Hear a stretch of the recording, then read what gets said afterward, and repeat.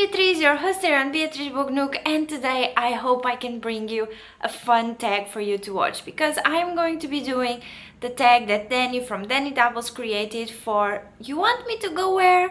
And this is going to be my fantasy edition. So, in this tag, for what I am understanding, we are going to be answering about, let me just see, but I think it's 8 prompts.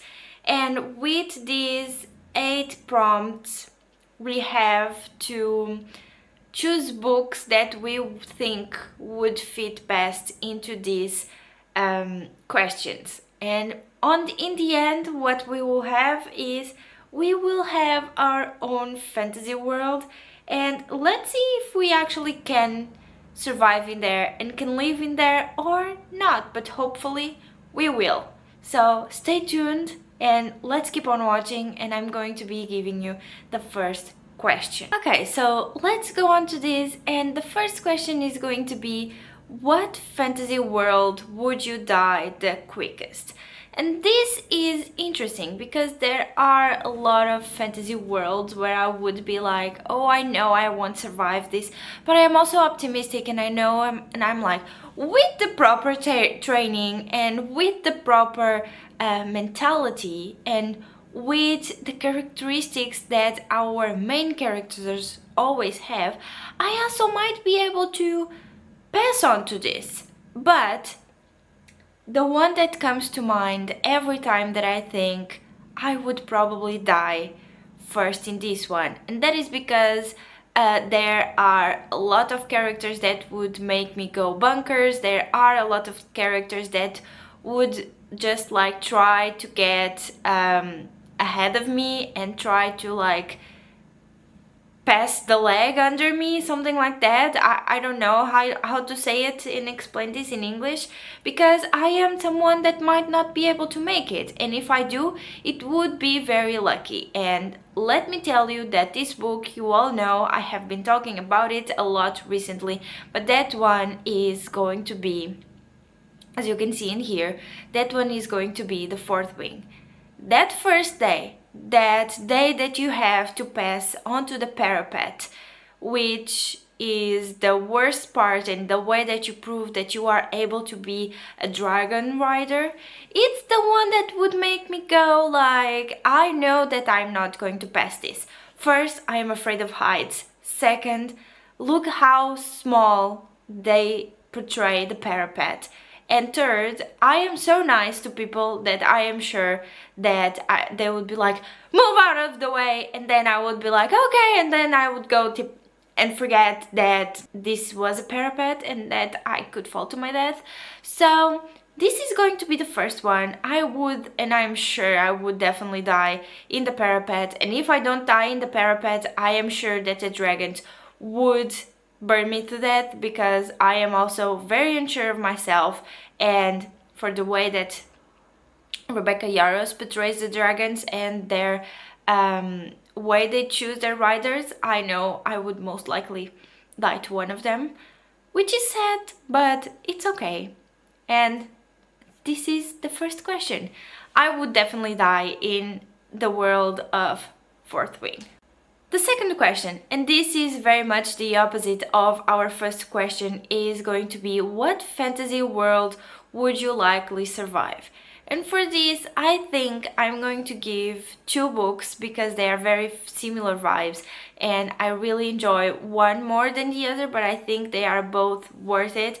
And one is Legends and Lattes by Travis Baldree, and the other one is Can't Spell Treason Without T, although I don't remember who the author is on that one, but I have read both of these books. They're very similar in vibes, and I am almost sure that I would be able to survive in both of them, either opening my own business just like our main characters did, or just simply being a secondary character. On Can't Spell Treason Without T, I would just have to be very, very careful with all of the dragons. But other than that, I think I have really good chances on surviving on these cozy fantasies. So that's how that says a lot about me, you know, because I'm only surviving on cozy fantasies. So That would have been interesting. Our third question is going to be what fantasy world has the best vacation spot? And I'm going to say, and this might be a little bit weird, but I think this is going to be fun, and I'm picking a book from here. And I would say Isle of the Gods by Amy Kaufman, because this book happens in the ocean and in cities all around the ocean, and I think that they would be an amazing vacation spot, especially because I really enjoy being close to the ocean. I really enjoy knowing cities that are close to the ocean and their cultures, and from the way that this book is portrayed, every little city around this ocean, once again, it's very different from each other, and they worship various different gods, and they worship various different beings. So this makes me really wonder. I think this would be an amazing vacation spot, especially multiple times, where you would be able to explore all of these cities around this world. I really think this would be amazing. And you would be able to travel by boat or being in the ocean. So I think this would be lovely. I'm sure I would love to be in this city for a vacation. The fourth question is, what fantasy world would you send your worst enemy?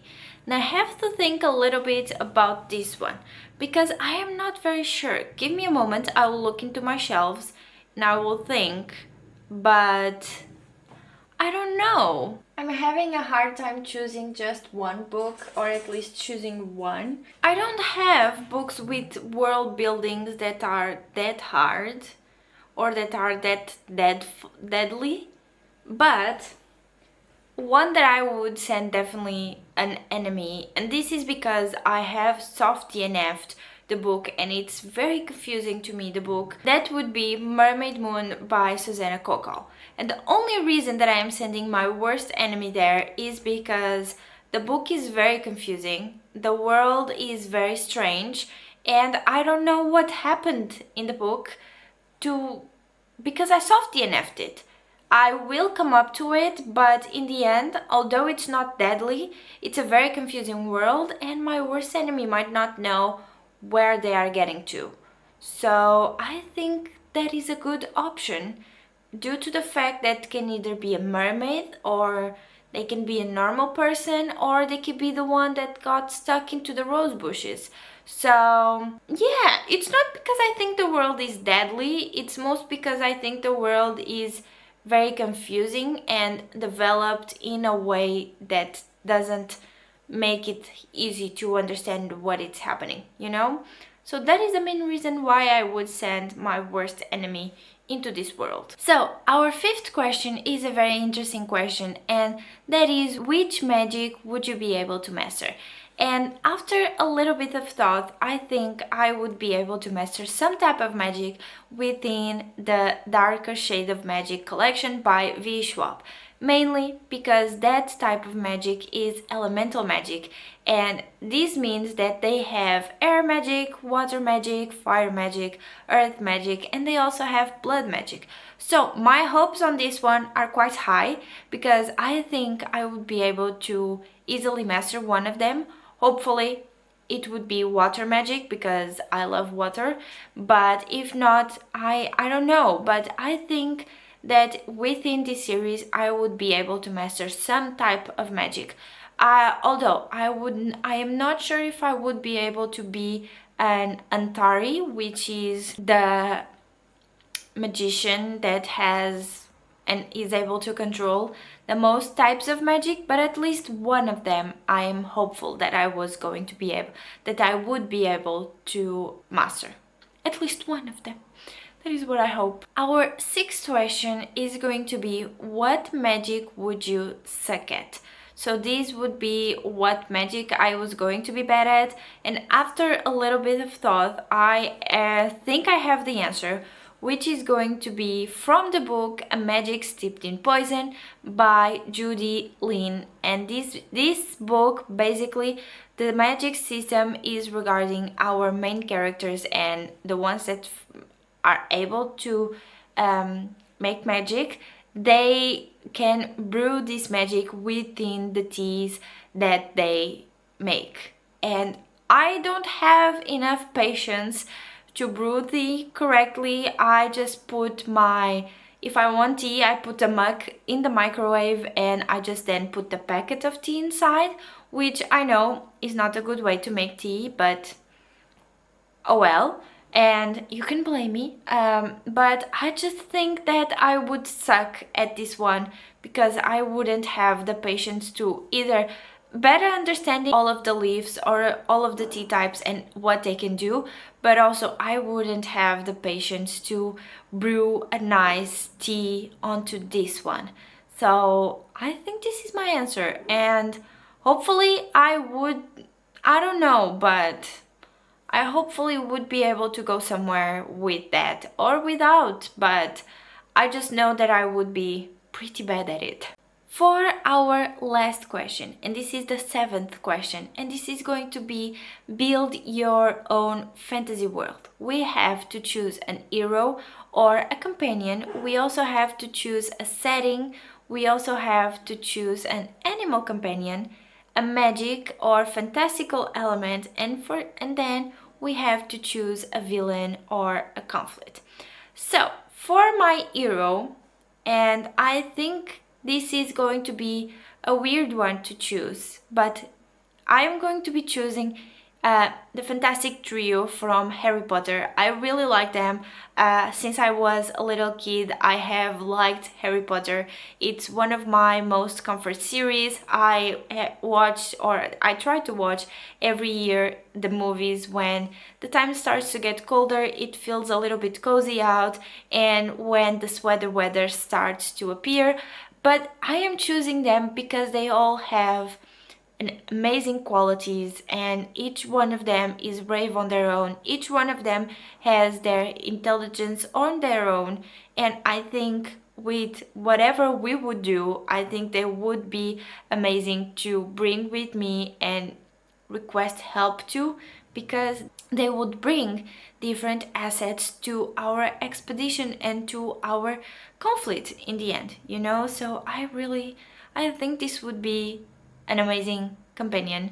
Although I'm choosing 3 because I feel like they have to come together.